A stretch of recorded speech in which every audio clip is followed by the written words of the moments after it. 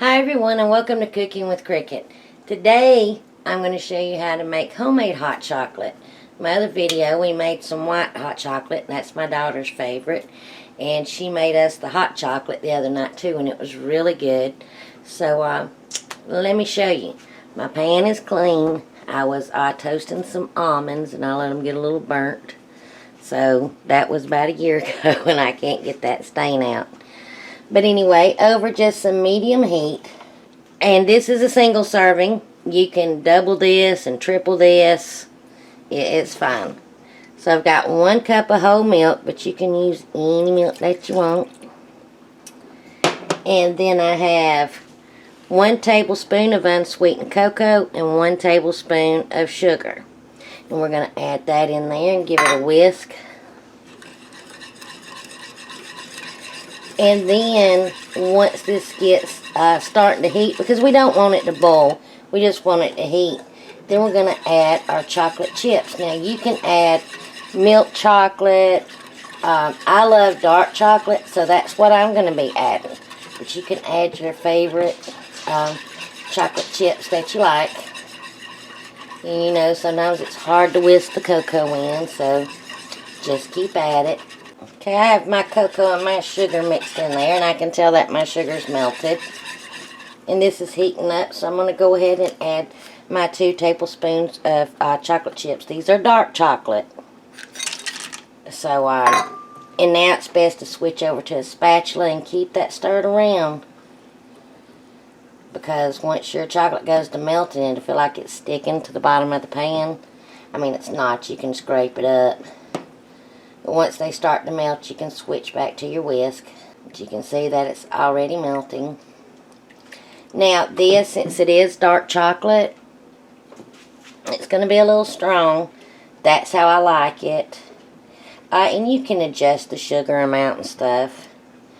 But most of you know I like to take my chocolate bars and actually melt it. And even chocolate chips, and just eat it that way. And to me, it's just like drinking a candy bar. It's so good. So much better than the pack.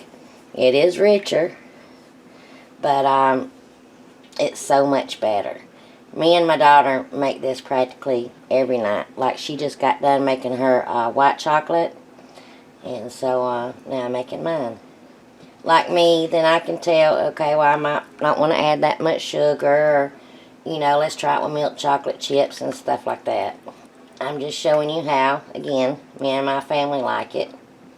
So you can make it your own. Now with the white hot chocolate, we put a peppermint stick in ours and let that kind of melt. And it's good, you get that peppermint flavor.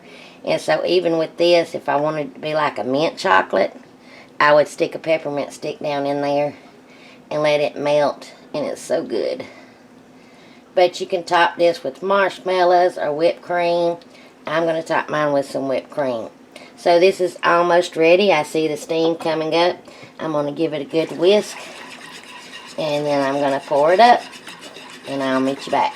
Alright, let me put my whipped cream on there. And yes, I'm using it out of a can.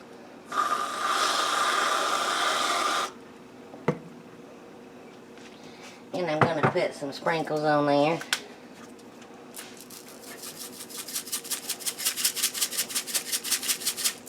Alright, and I'll be right back to try it for you. Alright, now let me try some. This is so good. So good. And again, I love the dark chocolate. So much better than a packet. And very easy to make. Now today I had the idea, you know, I can't say this word correctly, but caramel or whatever. I think some of that caramel flavored coffee creamer would be good in there. Or I even have some caramel pieces I thought about putting in there and melting. But I don't know. I've got to test that. But I think that would be good added in there. So anyway, if you like this video, please give me a thumbs up, comment, because I love to hear from you.